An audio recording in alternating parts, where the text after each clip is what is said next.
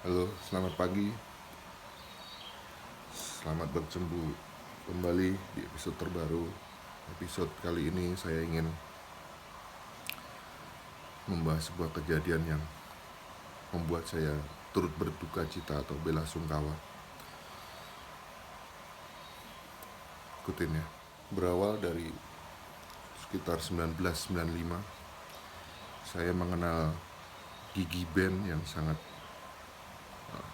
terkenal waktu itu dengan beberapa hit single yang ngehits waktu itu. Bahkan di salah satu lagunya yang membuat saya teringat-ingat, itu lagu Janji. Itu benar-benar lagu yang progresi chordnya enak dimainkan. Dan aku yakin di era itu semua orang yang lagi belajar gitar pasti akan sangat senang sekali memainkan lagu Janji ini. Dan lagu itu booming dari single by single, akhirnya membawa Gigi lebih terkenal lagi, dan sampai saya bisa nonton konsernya di Yogyakarta waktu itu di Stadion Kridosono. Dan saya menonton masih formasi drummernya itu Ronald. Saya nonton, membayar tiket, dan larut dalam konser-konsernya. Tak hanya sekali, setiap ke Yogyakarta saya selalu nonton Gigi. Dan disitulah awal mula saya ngefans dengan Gigi.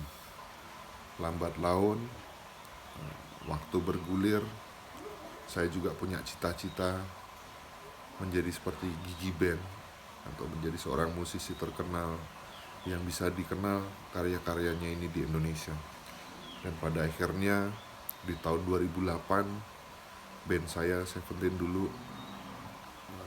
booming, dapat kesempatan dan diberikan kesempatan oleh Tuhan untuk menjadi band yang besar di Indonesia yang karya-karyanya mulai juga dikenal. Disitulah awal titik pertemuan dan perkenalan saya lebih intens dengan Gigi Band yang saya fans ini. Di beberapa pertemuan kita sering bertemu seperti di acara televisi dan di perpanggungan lainnya. Dan saya masih ingat waktu itu ketika soundcheck di acara TV. Bayangin aja, saya lagi soundcheck dan semua personel Gigi ada di depan mata dan menyaksikan. Masih ada jeda 3 menit untuk syuting. Disitulah saya memainkan intro lagu Nirwana dan semua personel Gigi ketawa. Dan saya ingat betul Om Dewa Bujana waktu itu bilang, "Wah, kamu pasti anak lawas," katanya. Dan disitulah pertemanan kita mulai terbangun. Akhirnya saya intens di sosial media, saling follow-followan dengan Om Bujana, Om Arman, Om Gustiandi, dan Om Thomas. Waktu itu kita masih rame di Twitter ya. Di Twitter akhirnya kita follow-followan. Dan ya, pertemanan itu berlanjut hingga di sosial media. Kita sering mention-mentionan dan bercandaan di sosial media. Itu yang sangat asik menurutku, termasuk dengan Om Baron juga. Itu yang membuat pertemanan kita semakin intens. Walaupun raga jarang bertemu, tapi seolah-olah dekat karena adanya sosial media tersebut. Disitulah kenangan-kenangan yang ada di Twitter. Cuman sayangnya Om Baron itu Twitternya sudah deaktif lama. Jadi semua kenang-kenangan itu hanya tersisa beberapa chat. Sempat aku searching kemarin, ya cuman sedikit chat yang ada saat kita bercandaan. Jadi sangat disayangkan momen-momen itu sudah hilang.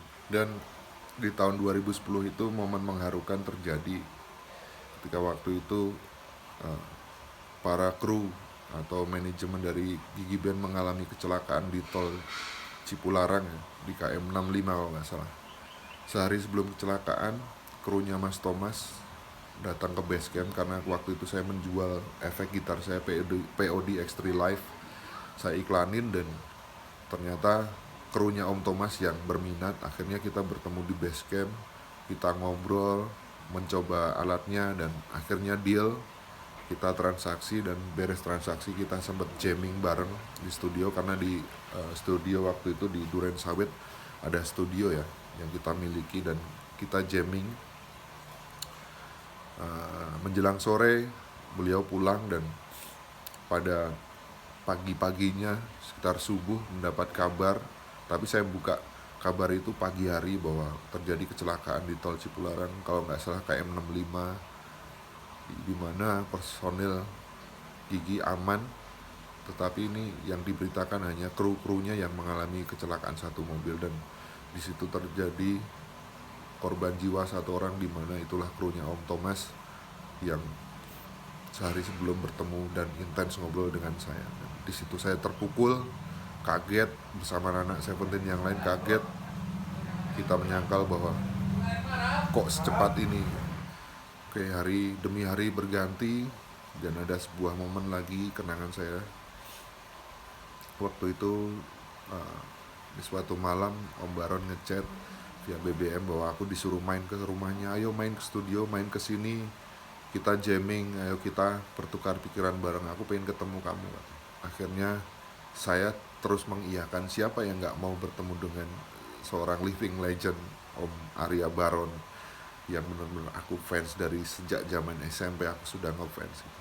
Dan terang saja aku mau, dan aku mencari jadwal kosong, dan akhirnya aku main ke rumahnya. Waktu itu saya berangkat dari base camp jam 7 pagi, sampai di rumahnya daerah Ragunan itu sekitar jam 9 pagi. Sampai di sana aku disambut dengan hangat, dibukakan pagar langsung sama Om Baron, dan ternyata Om Baron bilang waktu itu istri sama anaknya sedang di Bandung dan rumah kosong. Akhirnya saya masuk, kita duduk di teras studio. Di situ aku dibikinin kopi karena ada satu operator yang ada, jadi kita cuma bertiga di rumah itu. Satu operator bikinin kita kopi, dan waktu itu kita ngobrol sambil merokok, aku merokok, dan di situ ada motor BMW lama ya. Di situ kita mulai ngobrol motor BMW tersebut, bahwa itu motor spesial, banyak kenangan katanya, dan dia Om Baron bilang itu tidak akan pernah dijual katanya. Setelah kita ngobrol tentang motor, akhirnya kita masuk ke studio dan kita jamming. Disitulah Om Baron memperkenalkan semua alat-alatnya, dari semua rak sistem, dari semua gitar ini saya beli di sini, ini gitar ini kenangannya di sini, ini yang saya pakai di album ini. Banyak banget yang beliau ceritakan, termasuk efek-efek gitar, rak sistem semuanya, ampli, dan semua software termasuk yang dia pakai recording. Dan saya masih ingat betul salah satu gitar legend yang sering beliau pakai, yaitu Shirl, merek Shirl yang warna purple itu, pink purple ya. Itu beliau menceritakan bahwa ini dia beli di Singapura. Waktu itu dia beli dengan harga separuh harga, karena ada sebuah insiden ketika Om Baron mencoba gitar Shirl yang pink purple tersebut, strap gitarnya lepas dan gitar itu terjatuh di lantai, retak, dan mau nggak mau Om Baron harus membelinya, tetapi sama toko dikasih setengah harga. Akhirnya dari, kalau nggak salah waktu itu Om Baron bilang 23 atau 25 juta, ya jadi separuh harganya dibeli, dan akhirnya terbeli. Tapi gitar itu memang enak kata Om Baron, dan saat itulah aku disuruh nyobain. Aku coba semuanya, main gitar, dan beliau menceritakan tentang rak system. Sempat beliau menawarkan, kamu mau nggak pakai rak system, kalau kamu mau bikin, kamu cobain dulu punya aku. Aku disuruh pakai waktu itu, cuman aku bentar dulu Om, saya harus paham betul. Akhirnya kan dijelasin routingnya, pemasangannya, maintenance-nya, kalau pas error seperti apa. Nah waktu itu saya pengen efek gitar seperti The Edge U2, dan bener aja waktu itu custom audio elektronik mereknya itu, Om Baron itu profesional merakit rak system itu gitu. Dan kebetulan saat itu beliau lagi ada orderan dari Irfan Samson yang membuat rak system tersebut. Kalau nggak salah sampai habis 80 juta. Bayangin, saya bilang ke Om Baron bahwa ya saya menabung dulu lah Om, uang sebanyak itu saya harus nabung. Oke siap, tapi kalau kamu mau pakai aja dulu katanya. Aku punya bawa banyak settingan, gitu. Kamu bisa pakai, milih yang mana. Bayangin aku suruh pakai gitu. Tapi saya menolaknya karena saya takut terjadi error, karena saya harus intens belajar dulu. Nantilah Om, beberapa kali saya belajar, saya baru berani pakai, saya bilang. Oke siap. Setelah obrolan itu menjelang siang, akhirnya kita lapar, dan Om Baron mengajak saya masuk ke ruangan yang lain, yaitu di dalam rumahnya. Sambil jalan beliau sambil bilang, tidak sembarang orang bisa masuk ke rumahku katanya, yang paling cuma anak-anak gigi katanya. Dan disitulah kebanggaan saya dapat bisa masuk langsung ke kediaman beliau, dan merasa spesial lah saya ini. Nah disitulah beliau ngomong bahwa sorry nih, nggak ada istri, kita nggak ada makanan apapun, kita harus masak sendiri. Pada akhirnya saya suruh buka kulkas dan disebutkan di situ ada tongkol, saya suruh diambil cabai dan yang lain-lain untuk dimasak. Akhirnya saya ambil, kita masak berdua, masak tongkol pedas, dan akhirnya kita makan siang berdua di meja tersebut. Tidak ada siapa-siapa lagi selain satu operator yang ada di luar. Kita makan tongkol pedas, makan siang, dan di saat makan itu beliau mulai bercerita. Baron mulai menceritakan ketika sambil kita makan beliau menyelipkan wejangan-wejangan, bahwa beberapa wejangan yang sampai detik ini masih saya pegang, yaitu ya, jadilah musisi yang rendah hati, jadilah musisi yang terus berkarya tanpa henti, dan harus menjadi orang yang nasionalis kalau memang kamu orang Indonesia. Itu yang masih saya ingat sampai detik ini. Beliau benar-benar memberikan wejangan yang sangat banyak terkait yang pada intinya itu adalah attitude, gimana attitude seorang pemain band yang sesungguhnya itu seperti apa. Saya dituntut seperti itu, harus rendah hati, tidak boleh sombong kalau udah terkenal. Kamu juga jangan berhenti berkarya kalau sudah terkenal, karena kadang orang yang sudah terkenal itu jadi malas berkarya, cuman itu aja yang dibawakan, sementara karya yang baru akhirnya menjadi telat gitu. Nah akhirnya akan terjadi kemunduran album di next berikutnya, kata Om Baron. Saya berterima kasih waktu itu, wejangannya yang sangat berguna. Dan seorang nasionalis, beliau mulai menceritakan di situ ada foto-foto keluarga, kakeknya, neneknya, ibunya, bapaknya. Beliau menceritakan bahwa ya kakeknya dulu seorang militer, beliau berasal dari keluarga militer, karena di situ juga komplek militer gitu. Dan semuanya harus nasionalis karena kita bangsa Indonesia. Itulah tuntutan beliau. Kita harus menjaga bumi pertiwi ini. Kita harus menjadi generasi penerus yang nasionalis, yang mampu mensukseskan dalam segala bidang apapun profesinya, kata beliau. He is humble and nasionalis. Setelah makan menjelang sore tiba, saya kembali ngobrol sama beliau di ruang depan di studio. Kita ngobrol sampai akan membahas pertemuan selanjutnya. Yuk kita sering nongkrong kok, kamu harus ikut. Beliau cerita kalau mereka sering bertemu dengan anak gigi yang lain, dan mereka juga sering latihan gitu. Jadi kalau pas latihan, kalau memang ketemu sama anak yang lain, ya kita janjian dulu. Saya ditawarin seperti itu dan saya mau. Dan akhirnya saya berpamitan sore itu, saya pulang. Dan di perjalanan pulang, saya benar-benar mimpi apa hari ini, aku ketemu sama bintang rockstar yang saya gandrungi. Dan di situ saya mengucapkan syukur sampai detik itu saya bisa kenal langsung, bisa bertemu langsung dengan gitaris yang saya fans. Dan pertemanan masih berlanjut di sosial media terus sampai akhirnya saya cuti.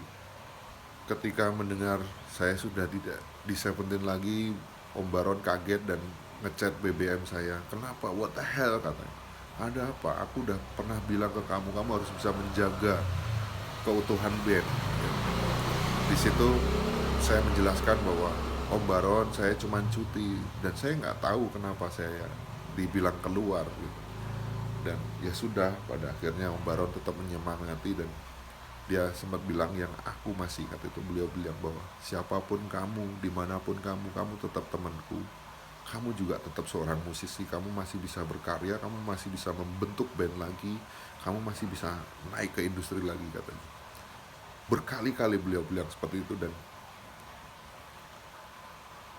saat saya terpuruk pun beliau masih ada, tidak meninggalkan. Saya pikir mungkin saya sudah tidak intens di Jakarta, saya sudah pindah Bandung, aku pikir sudah susah lah untuk bertemu, tapi beliau tetap menyemangati sampai Sampai ada acara coaching klinik di Bandung, beliau saya datang dan nonton. Setelah saya bertemu lagi dan terus berinteraksi lewat sosial media ataupun chat.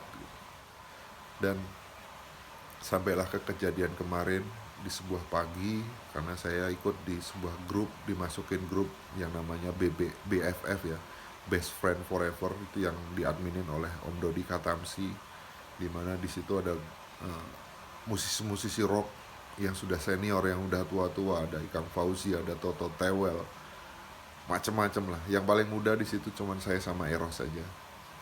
Mungkin aku, Eros, sama siapa lagi ya nggak tahu. Banyak pokoknya di situ. Dan kemarin pagi Om Dodi Katamsi tiba-tiba mengeluarkan statement innalillahi wa inna ilaihi rajiun, bahwa Om Baron sudah nggak ada. Berita ini valid dari kakaknya. Saya langsung nggak percaya, saya langsung nanya di situ, komen bahwa Om, bener nggak ini berita, valid nggak? Om Dodi Katamsi menjawab bahwa ini valid dari kakaknya langsung. Mohon diampuni segala dosanya dan mohon didoakan. Akhirnya saya masih nggak percaya. Terus kemarin pagi sekitar jam 10 itu aku ngechat ke Eros Silon Seven, aku chat, "Kak, bener gak Om Baron tuh meninggal?" Dan Eros pun menjawab bahwa iyoyut, katanya. Aduh. Saya merasa kehilangan dan gak percaya kalau Om Baron sudah tidak ada. Dan secara spontan saya mengupload kemarin di Instagram sebagai penanda bahwa hari inilah saya kehilangan sosok sahabat, sosok guru, sosok panutan, sosok gitaris yang saya gandrung telah meninggal dunia. Saya posting mengucapkan bela sungkawa dan saya mulai mencari kenangan-kenangan itu bersama Om Baron, dan saya menemu salah satu video yang saya upload di Instagram saya. Oke, ini untuk country bikers ya, asik baru dengar pergi bersama. Karakter vokalnya gue udah lama banget nggak dengar, laki banget. Dan untuk gue zamannya sekarang, yaitu nggak usah sosok jaim, nyanyi asik gitu. Liriknya lugas, straight lagunya. Kita butuh yang rock di sini. Udah kebanyakan kemayu-kemayu. So gua ngarapin country bikers ikut mensupport dunia musik Indonesia. There's no industry anymore untuk gua. So mau indie, mau industri, semuanya udah in our hand. Cool. Dan Mr. Bewok, you are very cool dude. Sayang kamu di Sukabumi. Gua pingin ngisi gitarnya. I love you Mr. Bewok. Hari kemarin saya stuck sampai pas saya membuat sebuah video itu, sampai istri menanyakan kenapa saya menangis, ada apa. Saya bilang Om Baron meninggal, dan istri juga kaget karena istri saya juga tahu bahwa beliau orang baik yang selalu mensupport suaminya. Dan hari kemarin benar-benar saya lemes gak percaya, karena nggak tahu ada firasat. Pagi itu saya membuat sebuah story keindahan sebuah pagi yang aku pakai backsound lagunya Om Dewa Bujana yang Caka itu. Satu, yang kedua, terus aku ingat lagu Beautiful Day, bahwa Om Baron tuh seneng banget dengan YouTube. Terus memang saat pagi itu kemarin itu cerah banget, dan akhirnya aku bikin itu juga sampai akhirnya mendengar berita itu. Jadi seolah-olah storyku di Instagram kemarin itu kayak nyambung gitu. Dan di hari kemarin itu aku hanya fokus di Instagramnya Om Arman, Om Thomas, Om Dewa Bujana, dan Om Ade Bidayat, dimana aku menunggu proses pemakaman. Aku pengen mau lihat proses pemakaman, dan akhirnya Om Ade Bidayat mengupload proses pemakaman itu. Dan aku sempat komen di Instagramnya bahwa Om, terima kasih sudah bikin video ini, sehingga kita yang jauh-jauh bisa menyaksikan proses pemakaman Om Baron. Kita doakan yang terbaik buat Om Baron. Kita teruskan perjuangan Om Baron yang sangat mulia. Beliau seorang nasionalis yang pengen industri ini maju, yang pengen musisi ini makmur. Kita harus teruskan Al-Fatihah kita apapun agamamu, kita doakan Om Baron bersama-sama. Aku yakin gak cuman aku, kalian pun dan semuanya pun pasti merasa kehilangan, karena Om Baron itu benar-benar punya banyak temen, punya banyak sahabat, dan itulah hebatnya Om Baron. Dia intens membangun pertemanan itu. Karena sebulan sebelum aku sempat melihat vlog salah satu orang Bandung, channel orang Bandung. Beliau, Om Baron, diinterview, dan di situ saya menyaksikan dari awal sampai akhir. Di situ Om Baron bilang bahwa beliau atau Om Baron tidak mencari banyaknya, seberapa banyak teman, tetapi tidak berkualitas. Mendingan sedikit teman tetapi berkualitas. Itu falsafah Om Baron. Tetapi itu kayak seperti kamuflase, karena pada kenyataannya Om Baron itu benar-benar punya banyak teman dan sahabat, dan semuanya berkualitas. Kualitas dalam arti pertemanan itu sangat intens. Dan iya, sekarang Om Baron sudah nggak ada, dan kita doakan bersama supaya husnul khotimah, diterima amal baiknya di sisi Allah Subhanahu wa taala, diberikan surganya yang indah. Dan salam saya untuk keluarga Om Baron yang tambah, tante dan adik-adik anaknya Om Baron, dan juga untuk Gigi Ben, Om Thomas, Om Arman, Om Bud, dan Om Gustiandi yang tabah. Saya yakin Om Baron sudah tenang di surganya yang indah. Amin. Sekian, saya bikin video ini untuk share bahwa aku punya pengalaman dengan Om Baron, dan aku yakin teman-teman juga pasti punya pengalaman dari Om Baron, supaya semua fans dari Om Baron juga mendengarkan cerita saya. Kita saling berbagi cerita. Terima kasih yang udah nonton.